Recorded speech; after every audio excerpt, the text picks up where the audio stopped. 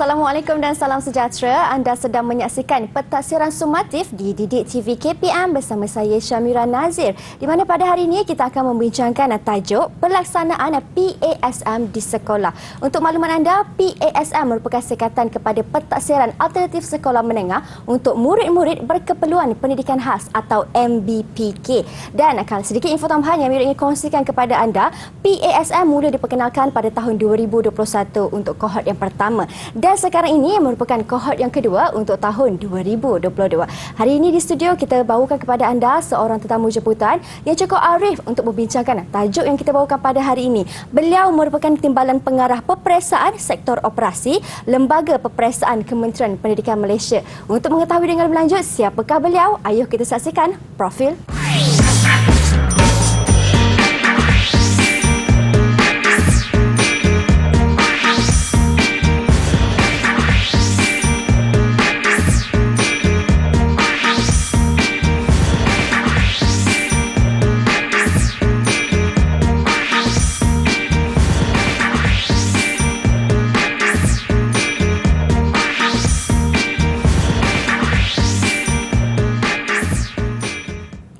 Baik, dan hari ini di studio kami bersama dengan Tuan Muhammad Zamri Abdul Aziz atau lebih mesra dengan panggilan Tuan Zamri. Assalamualaikum. Salam, Mira. Apa khabar Tuan Zamri? Alhamdulillah. Sihat ya?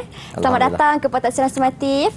Terima kasih. Baik, sebelum kita teruskan sesi pembincangan kita untuk hari ini, di studio juga Mira ingin memperkenalkan kepada anda seorang cikgu juru bahasa isyarat iaitu Cikgu Suhaili binti Abdul Ghani dari SK Pendidikan Khas Jalan Batu, Wilayah Persekutuan Kuala Lumpur.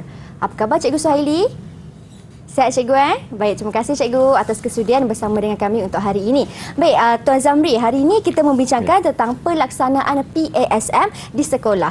Pastinya untuk melaksanakan sesebuah pentaksiran ini akan adanya garis panduan, penyusunan dan juga dalam pentadbiran PASM. Jadi boleh Tuan Zamri kongsikan kepada saya dan mereka yang berada di rumah. Terima kasih Mira. Jadi Alhamdulillah. Dalam kita menguruskan PASM, kita menggunakan satu garis panduan, iaitu garis panduan pengurusan dan pentadbiran PASM.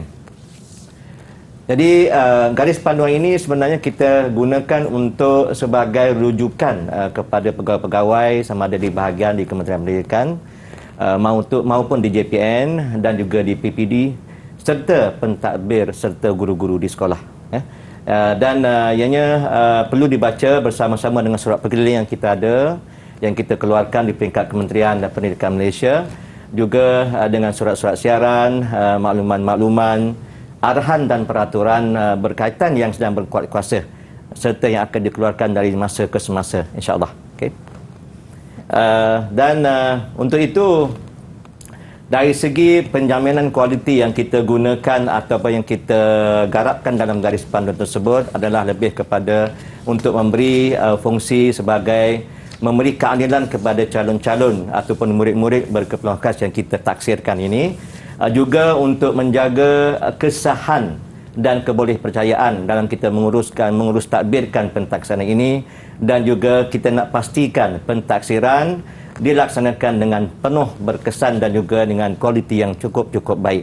Baik, itulah kita meletakkan penjaminan kualiti satu yang utama dalam kita menguruskan PASM ini. Okey. Baik, Tuan Zamri, siapa pihak yang akan menggunakan garis panduan pengurusan dan pentadbiran PASM ini?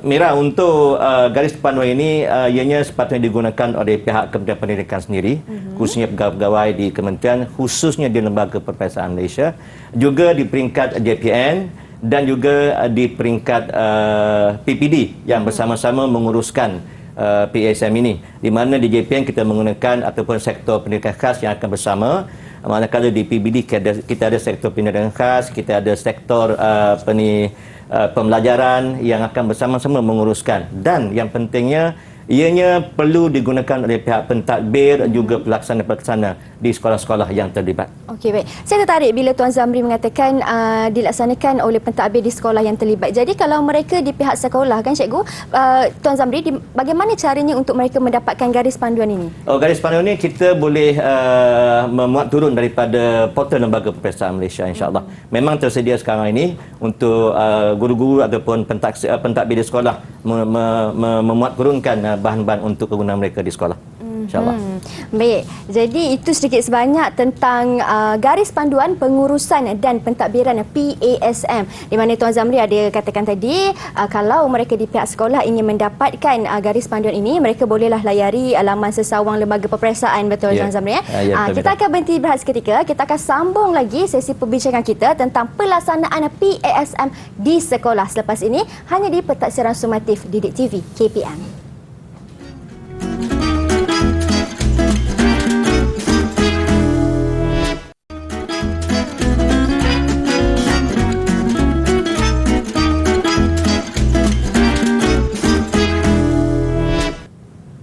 Baik, kembali kita di Pentaksiran Sumatif di Didik TV KPM, di mana pada hari ini kita membincangkan tentang pelaksanaan PASM di sekolah. Dan kalau kita nak melaksanakan PASM di sekolah ini, sudah pastinya akan ada jalan kerja ataupun proses kerja.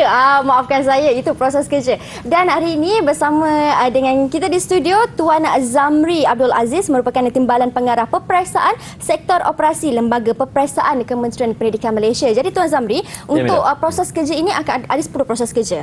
Jadi boleh Tuan Zamri kongsikan kepada mereka di rumah? InsyaAllah. Okay, terima kasih Imra. Untuk proses kerja pelaksanaan PASM di sekolah ini, sebenarnya ini adalah bidang pengoperasian yang kami laksanakan. Jadi untuk itu antara 10 proses kerja itu yang dilaksanakan oleh PASM ialah pertama sekali kita melantik personal PASM dari segi yang nak menguruskan, yang merancang, yang melaksanakan dan sebagainya. Yang kedua ialah kita memuat turun dan daftar masuk aplikasi My PASM yang memang kita sistem yang dibina khas untuk kita uruskan bagi pelaksanaan PASM ini. Yang ketiga ialah mendaftar pusat-pusat pentaksiran dan juga pentaksir-pentaksir, dan yang penting ialah calon-calon ataupun murid-murid yang akan ditaksir itu. Manakala yang keempat ialah memuat turun dokumen PASM yang akan diuruskan oleh pihak sekolah-sekolah yang terlibat, dan yang kelima ialah menyediakan jadual-jadual kerja bagi kita membuat pekerjaan ataupun tugasan-tugasan ini dibuat secara yang bersistematik. Dan yang seterusnya ialah yang keenam, melaksanakan penyelarasan tugasan di kalangan pentaksir-pentaksir, petugas-petugas khususnya di sekolah-sekolah yang terlibat. Dan yang ketujuh ialah melaksanakan penyelarasan EB. EB ini adalah singkatan daripada Environment Based Assessment for Instrument, yang akan digunakan oleh pihak guru-guru di sekolah dalam mereka mentaksir murid-murid ini. Dan yang ke-8 ialah merekod standard kebolehan dan juga memaknai dari segi evidence yang mereka dapati sepanjang mereka mentaksir anak-anak murid kita ini.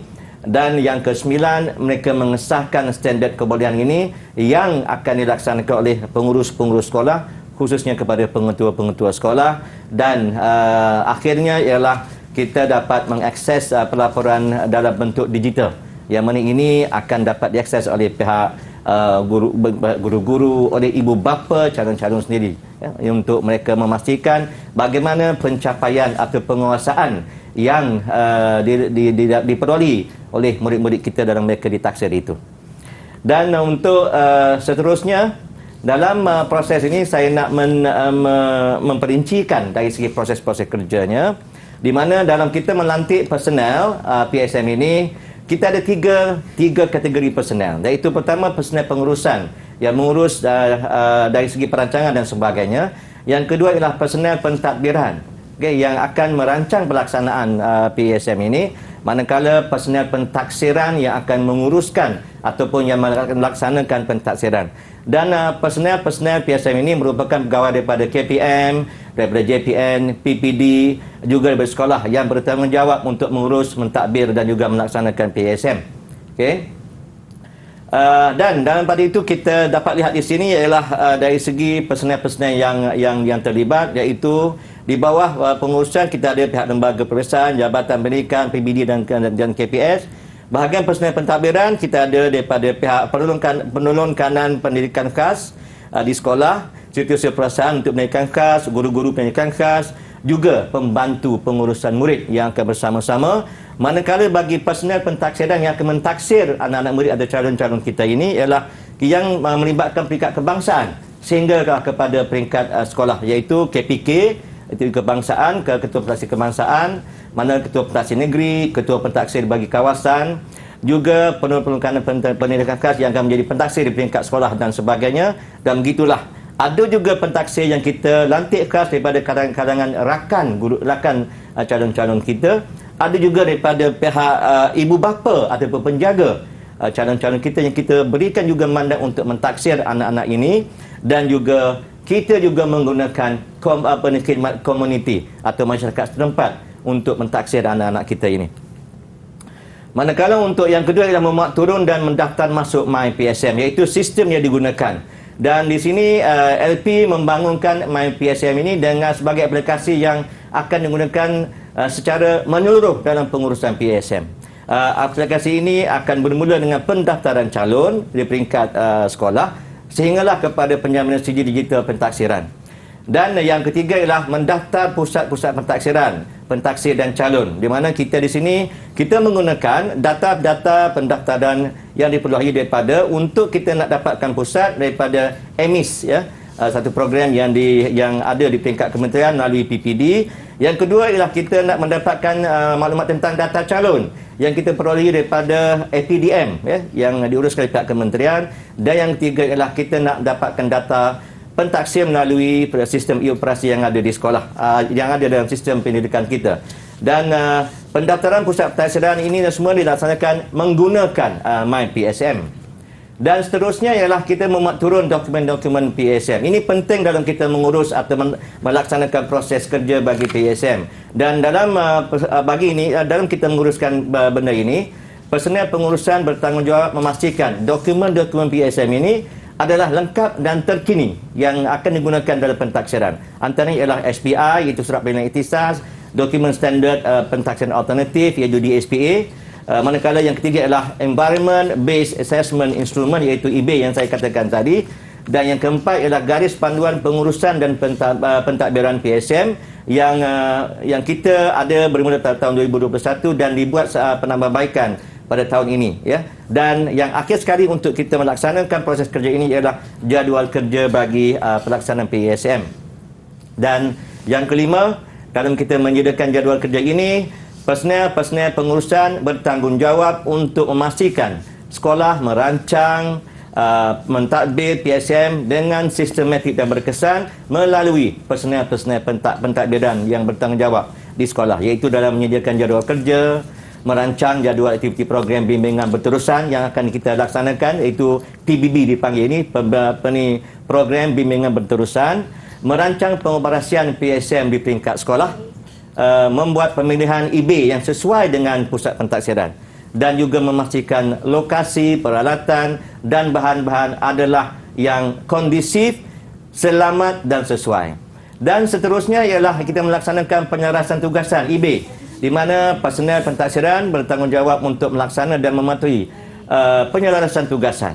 Penyelarasan tugasan berfokus kepada pelaksanaan EB, di mana dengan EB ini kita menyelaras pemilihan kualiti standard kebolehan, ada, cukup atau lebih kebolehan anak-anak kita ini, menyelaras kategori dan juga kualiti evidence yang akan dipersembahkan oleh pihak pentaksir, dan juga melaksanakan pementoran berkaitan teknik mentaksir PSM ini secara berterusan juga.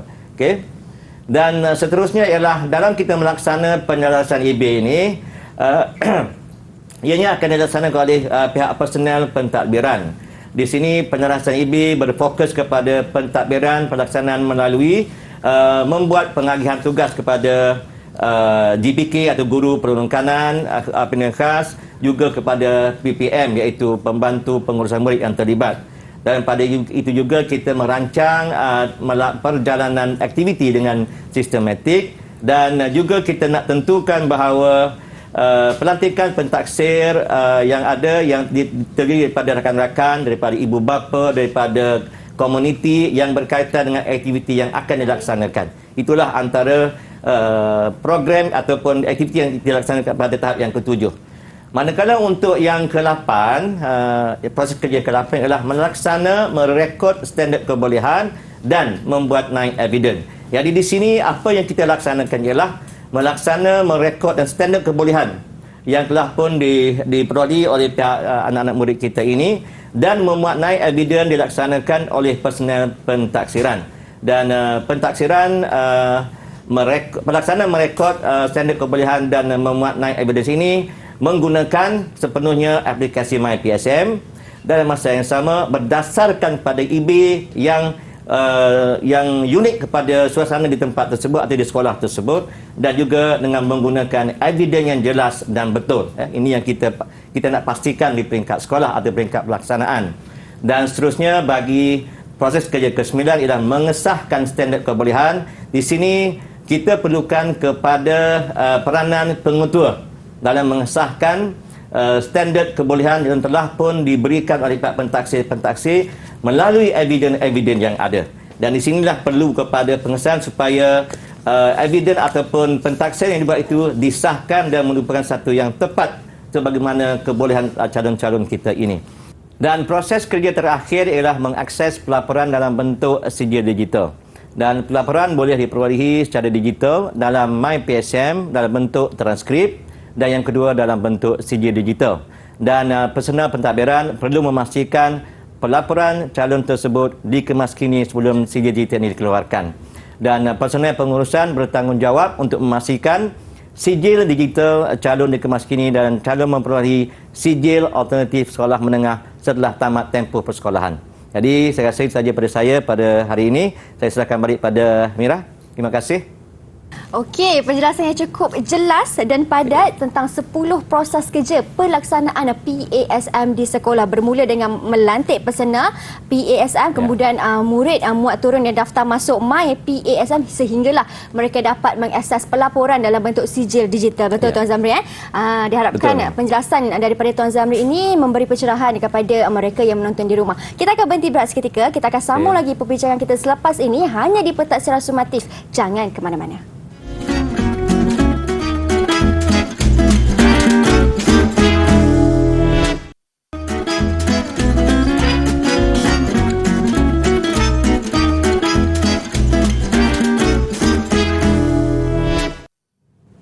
Baik, hari ini di Pentaksiran Sumatif di Didik TV KPM kami membincangkan tentang pelaksanaan PASM di sekolah. Jikalau ada yang baru saja menonton kami, PASM merupakan sekatan kepada Pentaksiran Alternatif Sekolah Menengah khas untuk murid berkeperluan pendidikan khas atau MBPK. Dan di segmen ini Tuan Zamri akan kongsikan pula tentang program bimbingan berterusan atau PBB. Bagaimana konsepnya, kelebihan dan juga kepentingan PBB ini. Silakan Tuan Zamri. Terima kasih Bani Mira.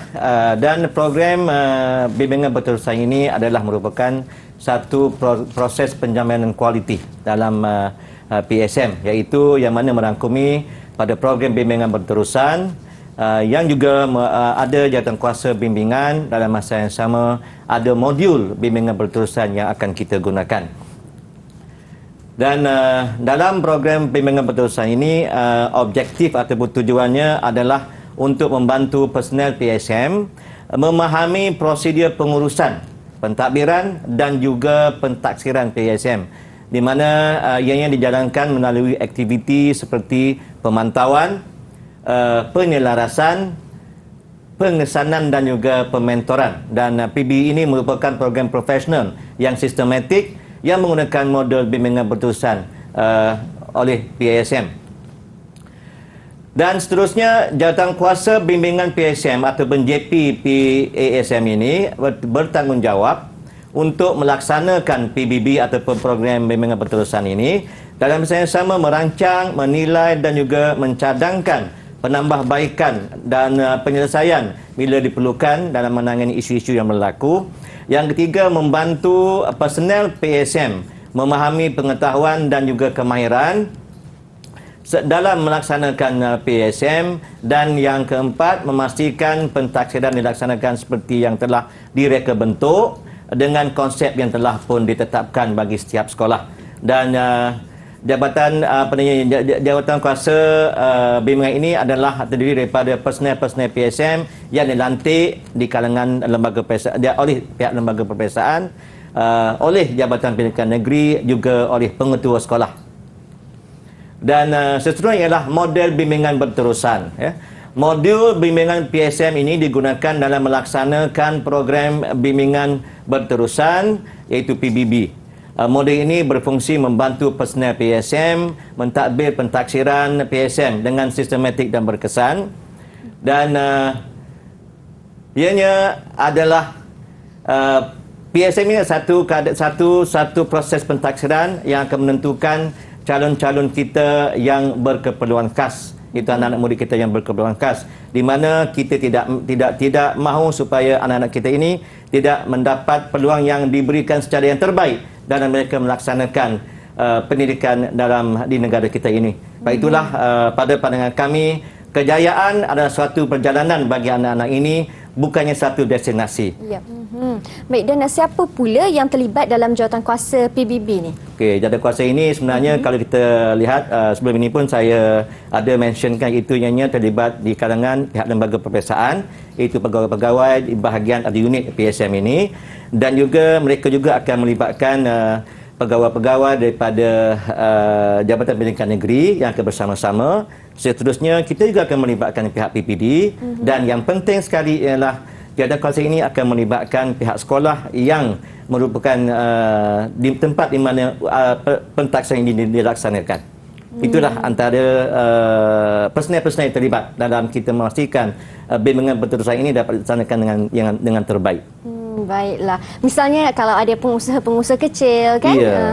Baik. Dan saya kira PASM ini adalah satu pentaksiran yang cukup baik untuk murid-murid berkeperluan pendidikan khas kan? Sedikit kata-kata akhir daripada Tuan Zamri. Okey, kami di lembaga perpesaan amat memerlukan sokongan kesemua pihak, khususnya pihak sekolah dalam melaksanakan pentaksiran kepada anak-anak murid kita ini. Dalam masa yang sama kita juga memerlukan sokongan daripada pihak ibu bapa yang merupakan tulang belakang kepada kejayaan anak-anak kita ini.